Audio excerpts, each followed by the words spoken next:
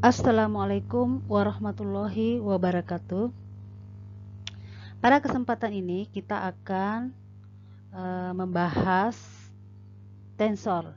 Nah, ini adalah bagian dari materi untuk mata kuliah Fisika Matematika 1. Di dalam fisika dikenal besaran, diantaranya besaran skalar. Besaran ini merupakan besaran yang hanya memiliki nilai saja.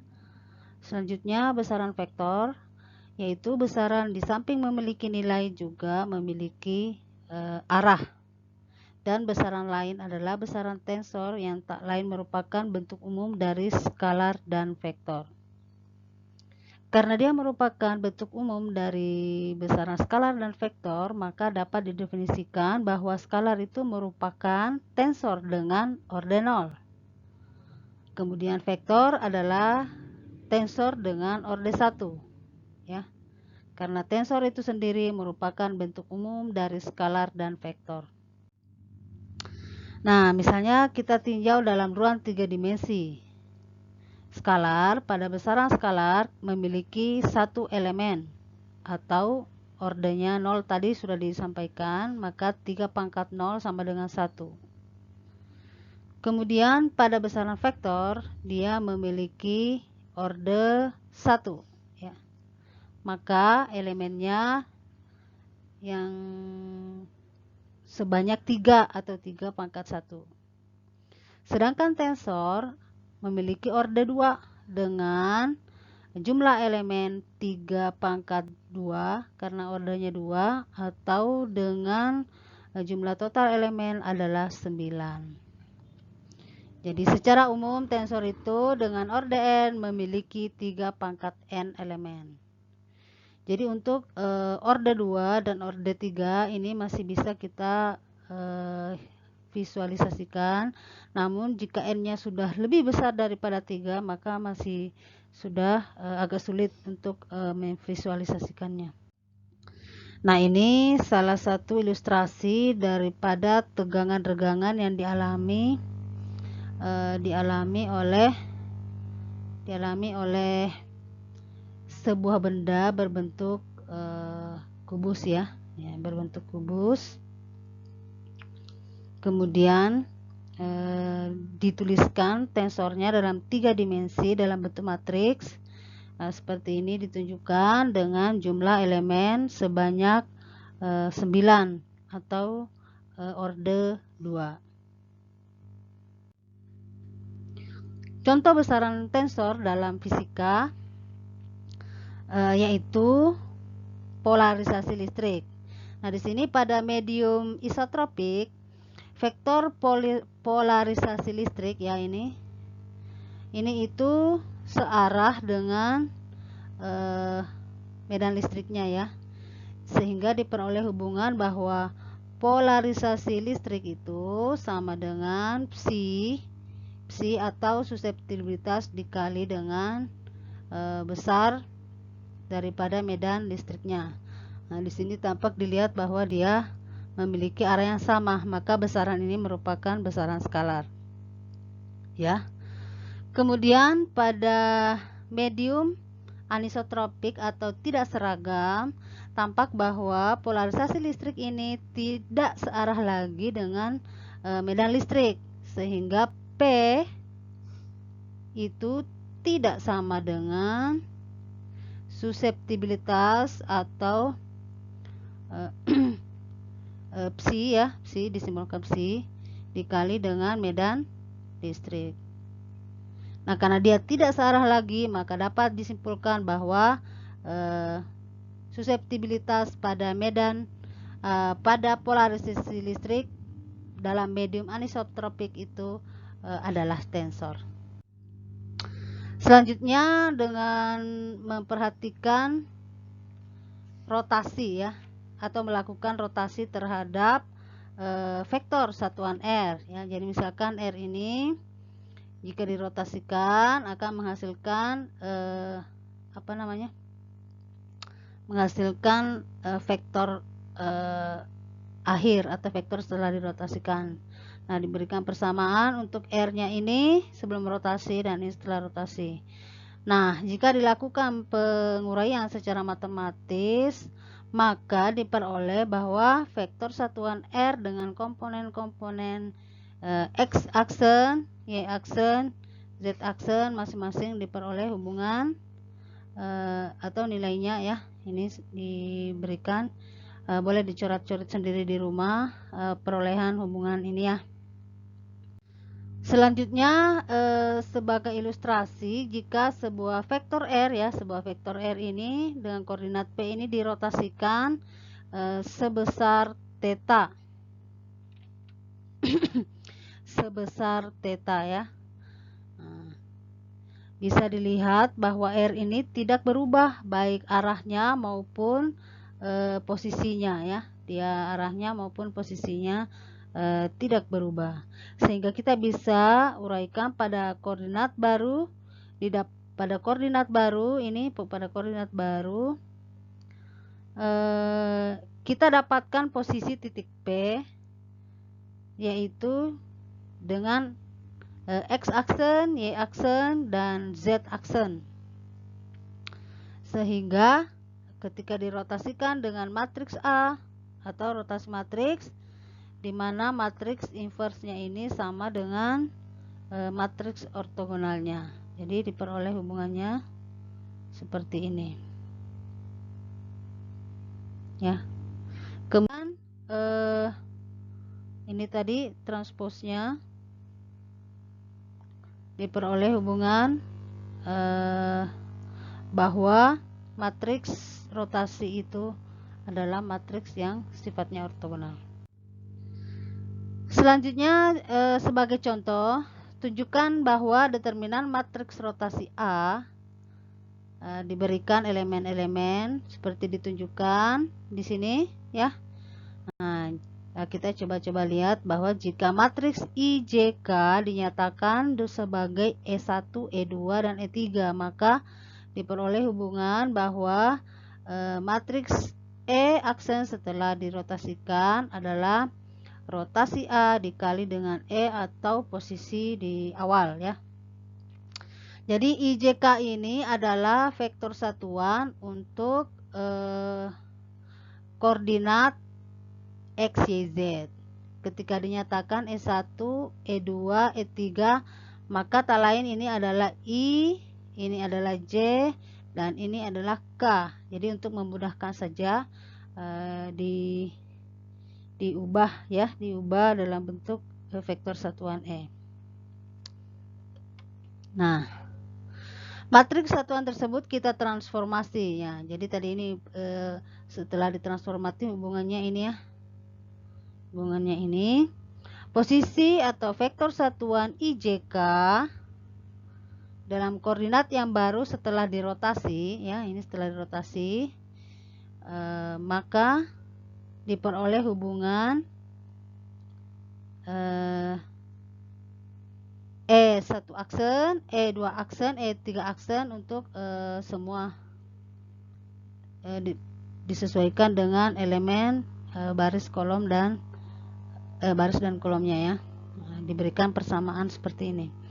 Kemudian ingat kembali bahwa relasi pada vektor pada analisis vektor sebelumnya bahwa E1 aksen ya, ini E1 aksen dot E2 aksen cross E3 aksen itu sama dengan determinan daripada komponen matriks E1, E2, dan E3 ya.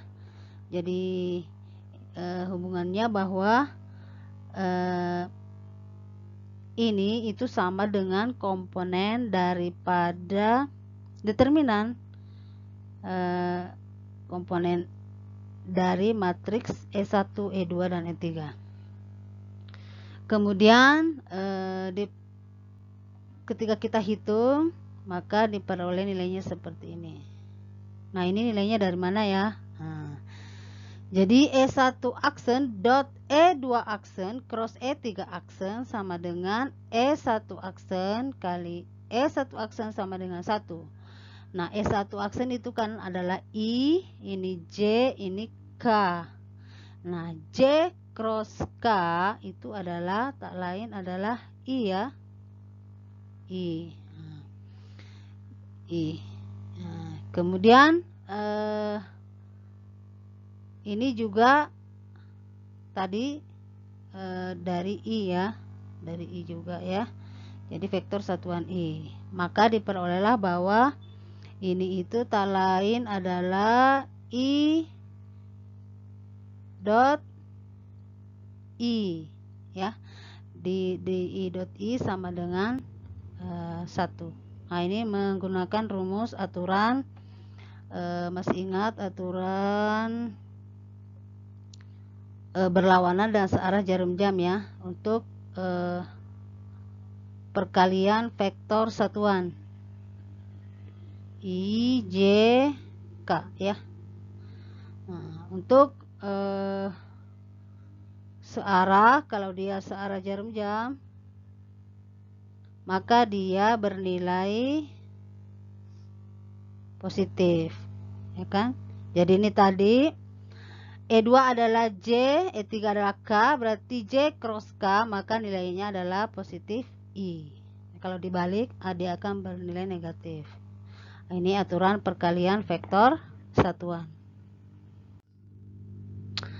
Selanjutnya, jika rotasi koordinat dinyatakan oleh, ya ini contoh lagi ya, X1 aksen, X2 aksen, X3 aksen sama dengan, nah diberikan ini persamaannya, maka XI adalah sama dengan sigma AIJ kali XJ. Nah, seperti tadi rotasi yang telah dilakukan menghasilkan bahwa vektor R itu setelah ditransformasi tidak berubah, baik panjangnya maupun arahnya. Maka bisa dituliskan persamaan seperti ini ya. Kemudian setelah dilakukan perhitungan, diuraikan secara matematis, maka diperoleh bahwa hubungan sigma AIJ dikali AIK sama dengan sigma JK, disebut sebagai syarat ortogonalitas. Nah, matriks apapun jika dia memenuhi syarat tersebut, maka dia disebut sebagai matriks rotasi. Nah, bagaimana sifat transformasi skalar, vektor, dan tensor ya setelah mengalami rotasi? Yang pertama, besaran skalar itu tidak berubah alias invarian terhadap transformasi rotasi. Yang kedua, besaran vektor invarian dalam hal ini invarian dalam besar dan arah, tidak dalam komponen vektor terhadap transformasi rotasi. Dan ketiga, besaran tensor invarian terhadap transformasi rotasi seperti halnya juga yang terjadi pada vektor. Nah, hukum-hukum fisika yang benar itu harusnya tidak berubah terhadap koordinat atau referensi. Nah, selanjutnya contoh lain. Selidikilah dua kandidat medan vektor berikut. V1 aksen, kemudian V1, V2 sama dengan X1, X2. Kemudian yang lainnya adalah V1, V2 sama dengan X2 min X1 dalam koordinat yang dirotasi sebesar theta ya. Selanjutnya kita lakukan untuk keadaan pertama ya. Keadaan pertama itu persamaan ini, V1 V2 sama dengan X1 X2. Maka dapat dituliskan bahwa setelah mengalami rotasi atau ketika dia dirotasikan, maka ini adalah ada tadi persamaan umumnya ya, bahwa ini adalah matriks rotasinya terhadap vektor V1 dan V2. Itu sama dengan ini ya, dirotasikan suku ya. Ini dan ini. Jadi suku yang kiri dan kanan kita sama-sama rotasikan terhadap elemen ini ya, terhadap elemen ini. Maka X1, X2 dapat dituliskan atau menghasilkan kosinus theta minus sinus theta, sin theta, kosinus theta dikalikan dengan X aksen 1, X2 aksen, atau posisi daripada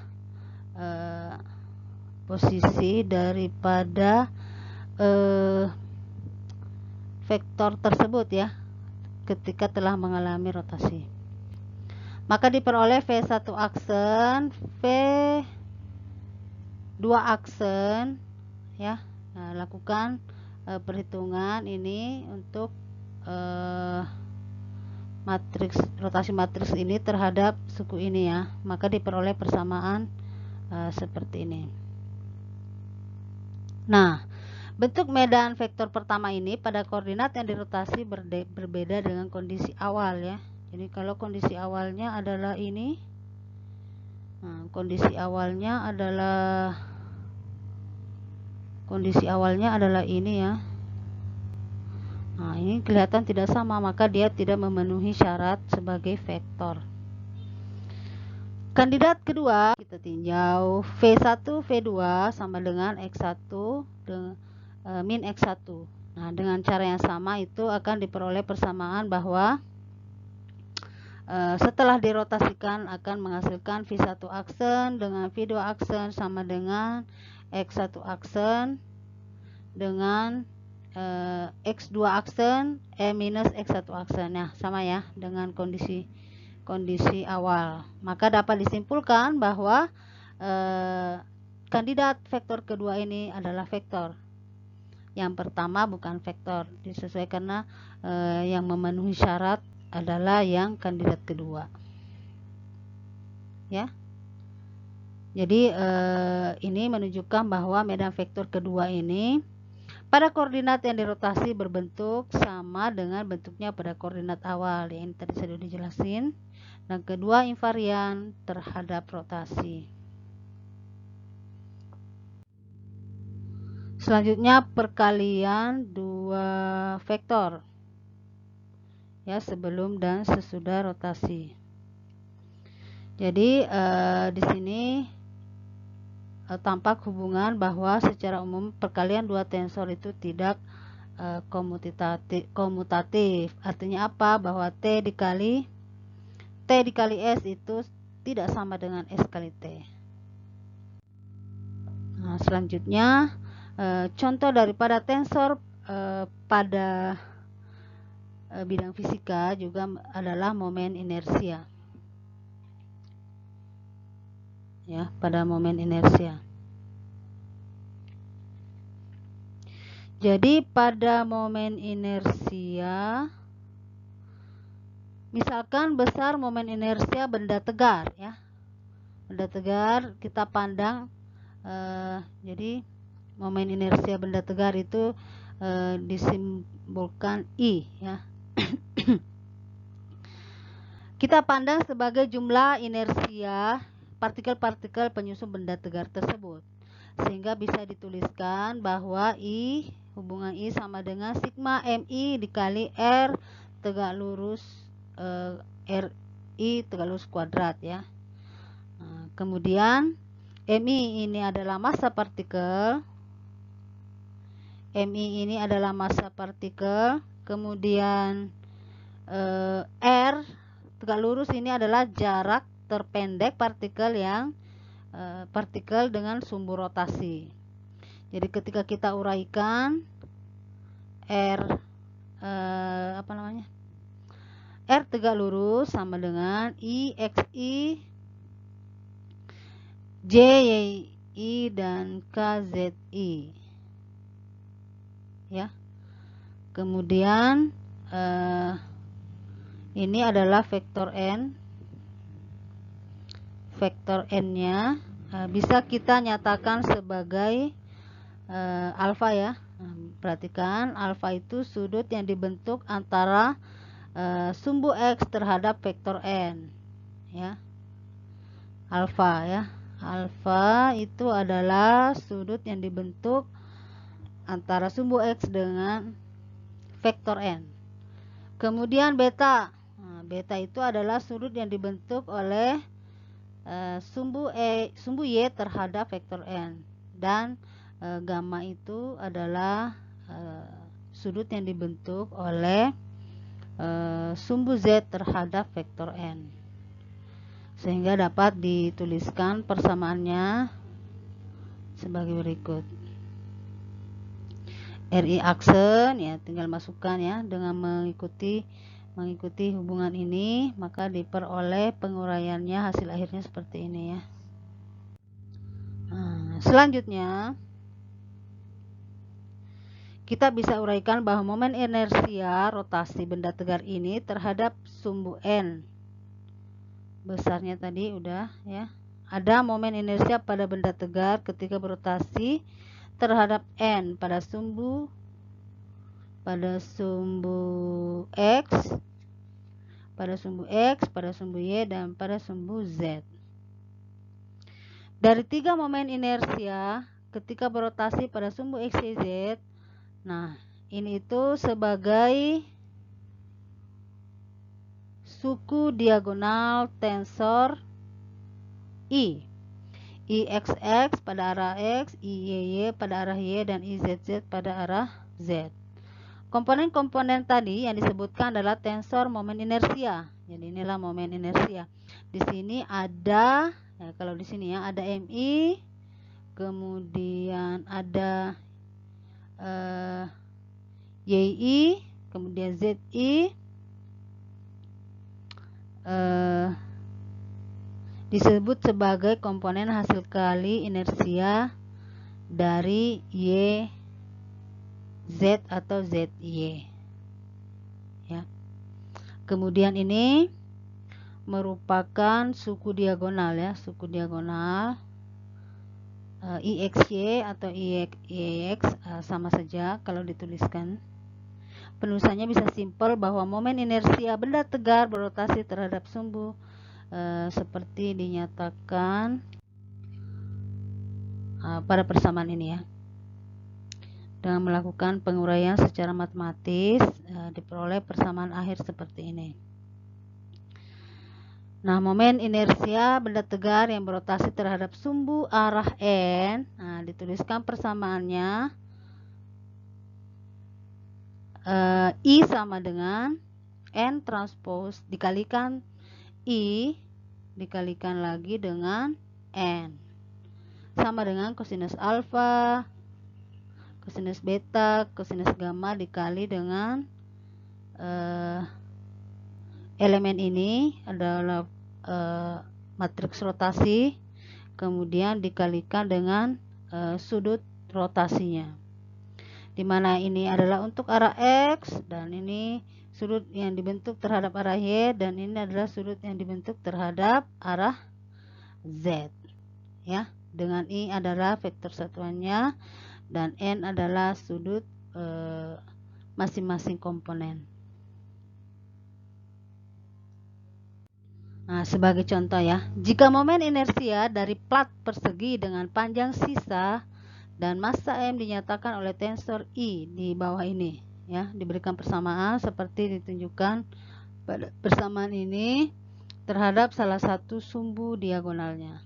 Jadi ini adalah persamaan momen inersianya. Maka kita bikin ilustrasinya dulu bahwa sudut alfa, beta, dan gamma itu masing-masing 45 derajat. Untuk alfa, betanya 45 dan gammanya 90 derajat ya. Masukkan nilainya, I-nya sama dengan ini ya tadi ya, kosinus 45 seperakar 2, kosinus 45 seperakar 2, dan kosinus 90 sama dengan 0. Kemudian dirotasikan dengan persamaan momen inersia tadi yang diberikan. Keluarkan dulu besaran ininya ya, biar memudahkan perhitungan. Jadi keluarkan. Kemudian ini sepertiga minus seperempat, ini tadi persamaan yang diberikan pada soal dengan mengeluarkan parameter yang tidak berbentuk nilai. Oke, dilakukan perhitungan, maka diperolehlah hubungan seperti ini. Nah, kemudian dilakukan operasi perkalian vektor, ya, baris kali vektor, baris kali kolom, dikali MA kuadrat, maka diperoleh nilai 1/12 MA kuadrat, ya. Jadi itu contoh mengamati tensor pada kasus, ya, pada kasus atau keadaan fisika seperti momen inersia pada benda tegar. Demikian yang bisa saya sampaikan pada kesempatan kali ini mengenai tugas, akan saya berikan melalui grup WA, ya. Jadi terima kasih atas perhatiannya.